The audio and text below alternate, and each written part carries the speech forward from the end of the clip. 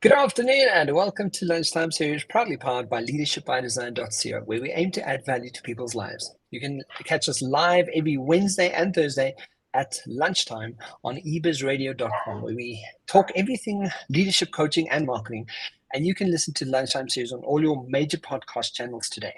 In today's leadership and coaching segment, we have co-owner and director from the Raintree Business Coaching, and joining us today from Rain is one of the co-owners and directors is Leoni Coetzee. Leoni, how are you doing? I'm good, thanks, Kevin. How are you? Good.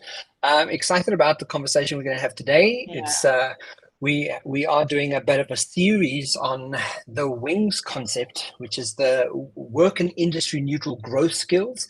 So there's some really nice stuff that's coming out of this, and I think, yeah, I'm sure you will agree that every time we have this conversation, it sort of expands and it's like a compound interest, yeah, and it becomes more and more, and it's quite interesting that these 5 critical skills have had such an impact on conversation already. But I mean, to kick it off, I'm going to start with one of them being one of those skills that we are looking at is critical thinking. Now, when you look at the sort of overview of what critical thinking is, it involves the disciplined ability to analyze, interpret, and evaluate information objectively, leading to well-reasoned conclusions and effective decision making. It encompasses skills such as logical reasoning, evidence assessment, and considering multiple perspectives, allowing individuals to navigate complex problems and make informed judgments. So when you look at it from that kind of big explanation, critical thinking really is an important factor for businesses and employees of the future, because without our ability to be well reasoned and make effective decisions based on having enough perspectives and understanding around it, we'll end up making really silly decisions, and it won't be critical thinking, right? We'll just be thinking. When we started this conversation, what sort of stands out for you around this, Leoni? Why do you think this is important, for the future of employees to learn as a skill? You know, Kevin, it's one of, I really believe, a critical leadership skill in business is to be able to look at your business and really deeply, honestly, bravely look at Yeah. it and say what is working, what is not working. You know, in business, we get so nice about things and we don't want to step on toes. And then we speak around the sacred cows and we have all of these pleasant conversations in our leadership meetings. Or when we report to our leadership teams, we speak from a place of what we think they want to hear. And we don't have the real, honest, critical thinking conversations, not realizing that actually we are steering the business into serious problems if we do not get very fit at having critical thinking and having real conversations in business around what's working and what's not working. And of course, I know we discussed this, that there's deeper levels to this, or different levels to this, which I'd love to further unpack with you. But the importance for us as leaders to create a culture where it is safe to apply critical thinking, to have the real conversations around what is not working is critical in today's age for successful businesses. I'm so glad that you like what stands out about that, what you've just mentioned to me, is that sacred cows, because we get so attached to this sacred idea that's been in our business and that's worked for the last 20 years. But that very sacred cow might be the actual cow that's getting in the way of furthering your business, or really stepping away from it and objectively looking into it, going, can we do this better? Can we do it? Is there something that could really step that up for us and really put us in a position like that we just simply haven't seen, based on the fact that we're we so worshipped as one thing and we so attached to it, right? Mm. Another one that that I think that you mentioned is that psychological safety, an element Yeah. of creating the space for us to allow to interrogate and unpack and really critically think about, does this thing that we're doing, does the approach we're having, is it really working? Right? And to add to that, as a layer and another level, I think part of that is looking at our biases. Do we have blind spots that we're needing to consider, and maybe we have a blind spot we don't realize? Then the context and the content of the situation, right? And another layer to add to that is the environment conducive for us to be able to really unpack this? Because we know that environment can influence how we decide and how we make decisions, right? So critically thinking, when you really sit like we're sitting now and unpacking it to the next level, you start realizing that it's an actual core critical skill, Yeah. that for us to be able to really be the forerunners and the movers and shakers of business and the market share, and really getting your part of the market and winning at that level, we have to be able to critically think around this and not be scared to do it. Yeah, and Kevin, it's interesting because I'm looking at this and I love how you're speaking to the environment and all of these different aspects of getting fit at critical thinking. It's one of the gifts that coaches brings into the boardroom or into the business, or it's to have that thinking partner that's going to support you in the business to ask the critical questions that you haven't thought of because you might have a blind spot, or Yeah. you are so unconsciously competent in doing a thing a certain way that you simply cannot see that it can be done differently, or that this is actually a problem in the business. Now, speaking about creating that environment in the coaching room, it's a little bit easier to create a safe environment. Look, I'm not gonna lie. Some clients really experience it as deeply uncomfortable when the coach comes and challenges these limiting beliefs, challenges and really apply critical thinking to every aspect of the business. They get, clients can become quite defensive and going, but my business is running perfectly. Why are you asking me these questions? And become quite defensive and rob themselves from the opportunity to apply critical thinking and making significant, wonderful changes in their business that will have great outcomes.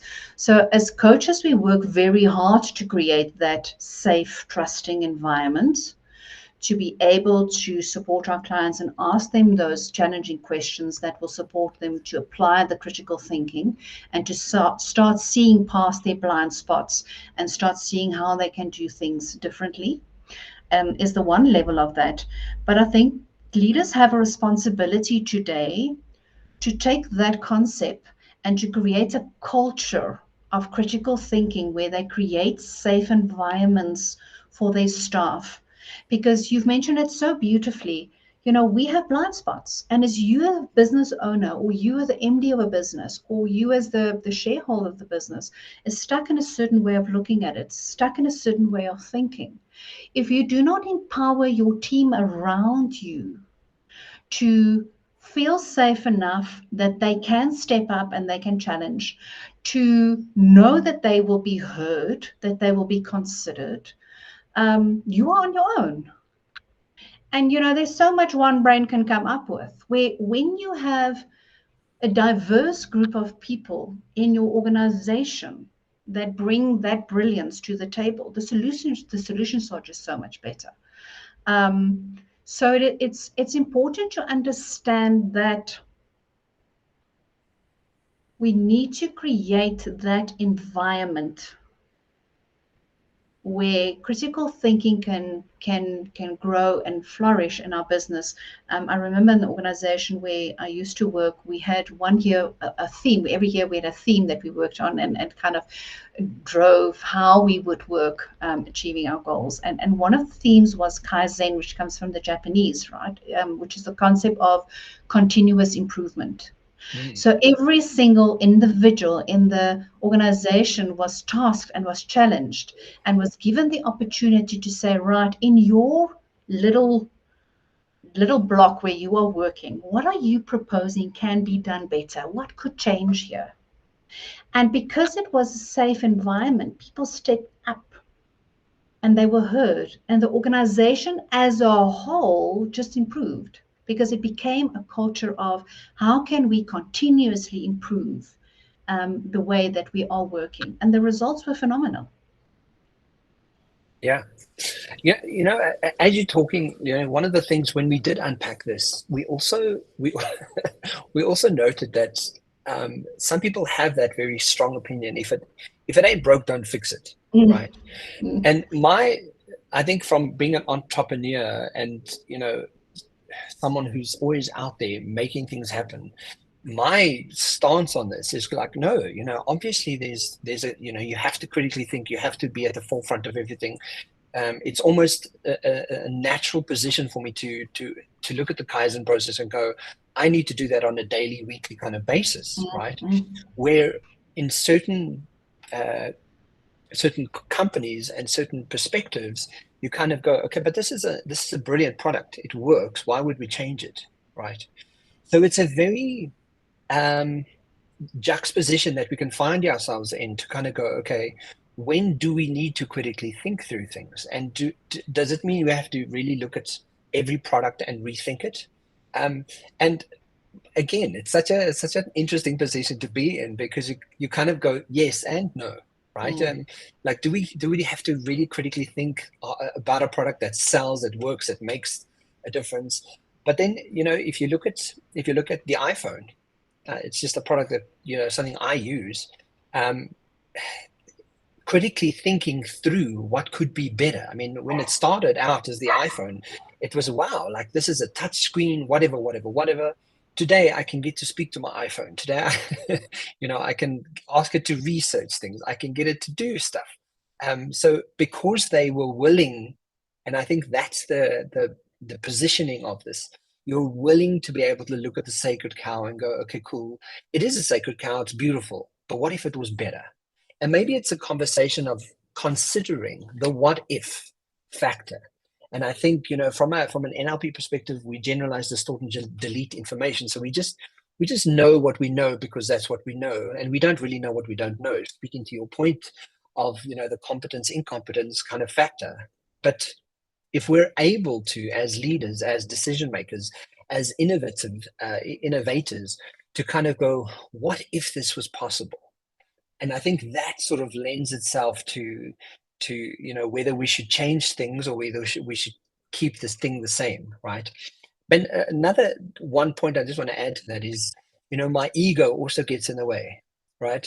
My ego also gets in the way of going, okay, but do I need to change this? I'm so comfortable with this. It's, it so works. Or I created this. Why the hell would I change this? This is my baby. This is my, and you kind of go, okay, we get that. But for you to be able to critically think about the sacred cow, your ego needs to step out the door or be parked at the door, at least, for you to actually go, okay, cool.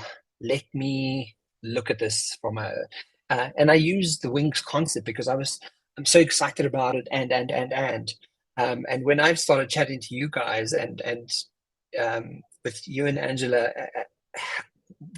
from your objective point of view, I could have had this whole sacred cow kind of approach to it. But I also recognize there's such co-creation and such compound kind of effect that you have from more than my brain kind of thinking through something. And suddenly when you're willing and open to have to be vulnerable and to be brave enough to be vulnerable, for someone to kind of, but what about this and what about this one? And suddenly it becomes a whole new thing, right? And I think that bravery and vulnerability is part of really allowing for critical thinking to exist. I think you've hit it on the spot there. Critical thinking is not for sissies. No, It it's really not. No. it really is not, and I have so much empathy. I've recently, I always tell the story. I've got this one client that I work with.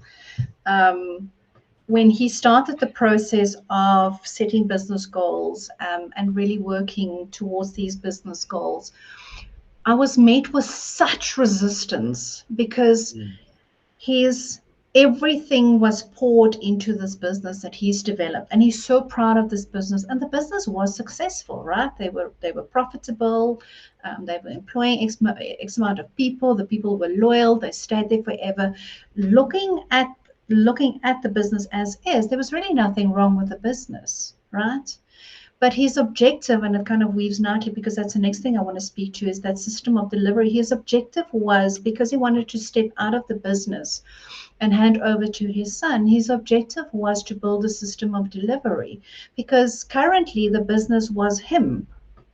He made the decision as to how much of a discount the clients was going to get or not.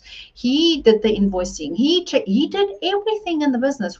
There's not one person that could make a decision in the business if he wasn't involved. And he realized that he could not hand his business over to his son if the business was running that way. But in that process, what we did was we looked at every aspect of the business and applied critical thinking, and it was deeply uncomfortable.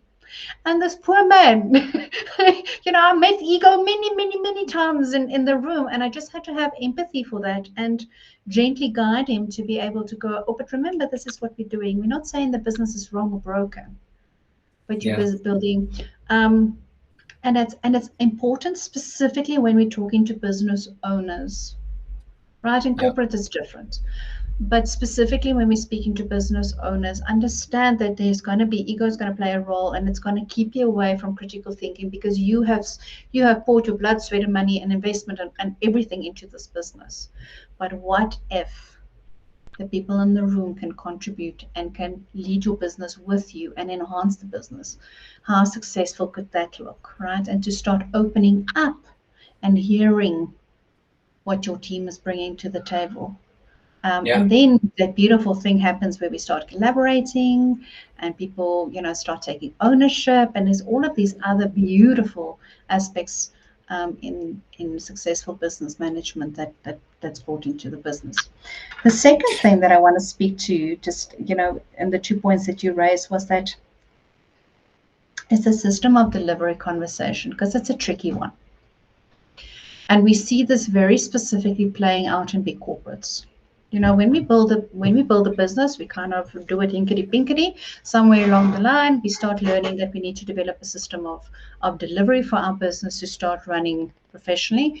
In a corporate, we're dealing with the Titanic, right? There's the system of deliveries, and in a very big way, people have been trained to not think, but just follow the process. And it's a little bit of a polarity around, if I now invite critical thinking in the organization, are they going to break the system of delivery, and will we then still be able to deliver or not? And that is where, we need to be aware of this, because, we can't go reinvent the whole business and break the whole business. We need to look at the system of delivery and the structure and everything around the business, and apply our critical thinking always towards what it is that our client wants, and what is it that we need to tweak and change without breaking our business that can enhance, but empower our people to be able to apply critical thinking and create that safe environment for them to do that. There's an element that I also speak of when I'm working with clients, is that what we need in the world today is we need a bunch of people who are innovative, and we need people to be less instruction taking. We need you to be out there and making, coming up with ideas, and long gone are the days where, you can just go, to a job and just sit there and just be an instruction taker. Mm-hmm. Those companies they'll fall by the wayside. We need from, CEO down to the person answering the phone to be a critical thinker, to be someone who's thinking about how do I improve? How do I do this? How do I improve myself? How can I, do something better for me to be able to do that, and to be in a space where there's this ever-evolving machine happening. But I just want to touch on some of the areas that critical thinking can explore. Stuff like identifying assumptions, right? When you can identify assumptions, that takes a whole bunch of information, and then you start realizing where some of those blind spots are. Analyzing the evidence. So how do you approach the assessment of the evidence or the data that you have to determine is it credible or even relevant, right?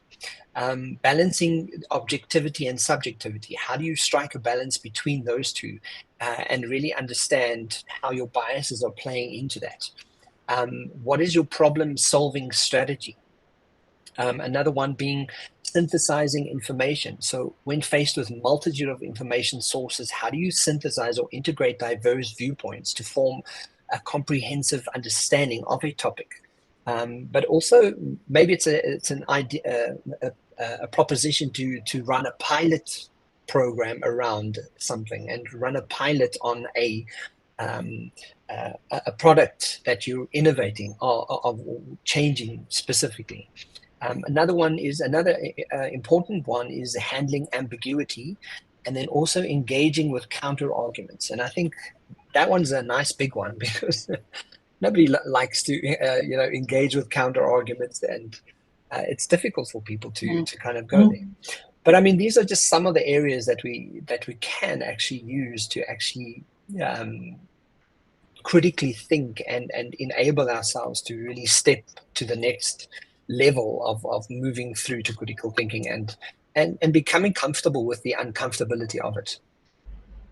Yeah, and it's, once you create the environment and you build that fitness, it just becomes the way of, like you say, this is the way you run your business.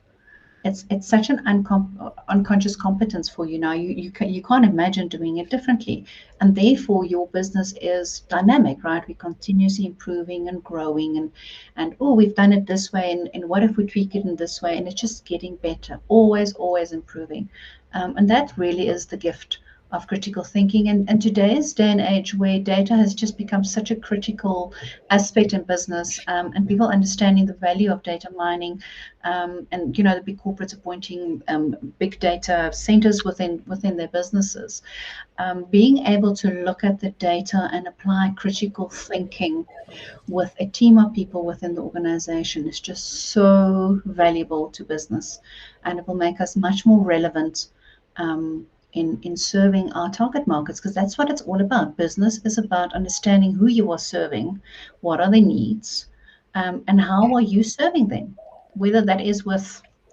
first thing that comes to mind is a pencil, selling them pencils because I've got it in my hand. It's a stupid example, but you understand what it is, right? It's how are you serving? And if we continuously being curious around the data and what our clients want and what they need and what is happening in the marketplace, and all of these things, applying critical thinking to that, and have a culture where it's safe for the whole team to bring the diversity and to become very fit at critical thinking, which is really going to strengthen our businesses. So, I mean, if I have to, I'm going to ask you for a takeaway for today's conversation, but I think for me, a takeaway from today's conversation, and I think it's something that we've heard before. It's something that's out there. People are aware of it, but I think it's quite relevant to today's conversation. And I think, really stepping into a growth mindset. And when you allow for a growth mindset to be relevant in your environment and becoming curious, being able to ask difficult questions, avoiding the assumptions, looking at your own blind spots, really opening up the table to kind of go, okay, what potentially could come from this if we change this and this and this and this, and put it out there and allow for your idea to be pulled apart and allow for it to be creating something even more spectacular than you thought. And I think that's the it comes with a bit of emotion when you have to think of tearing your idea apart. But I think that speaks to allowing for it to exist. What do you think? What do you take away from critical thinking? What do you want to share? I think what you said is so rich and so spot on.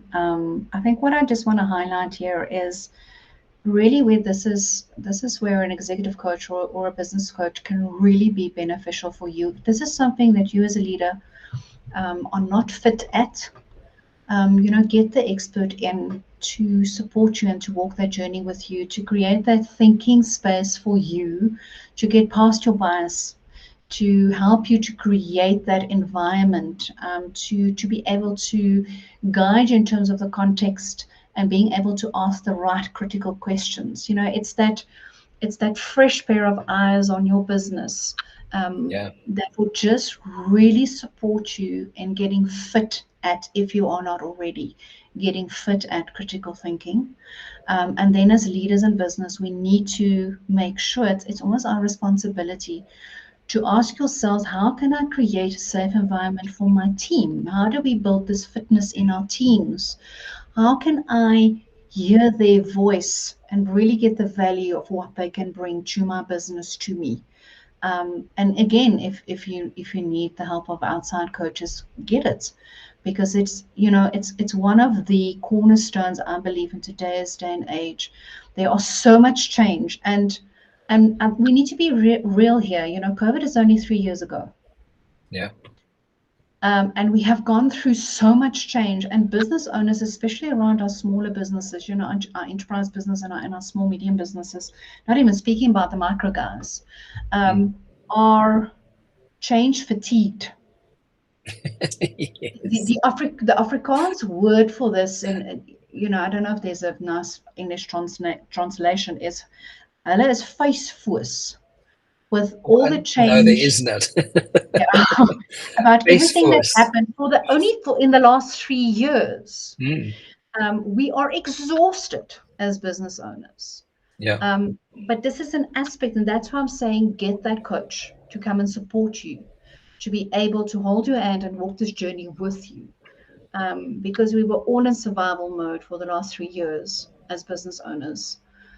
To get that person to support you to be able to do the critical thinking in your business and to create that safety net, and to create the space where your team can contribute to taking you through the next phase, and to make it, and to bring the valuable services and products that we need in this country.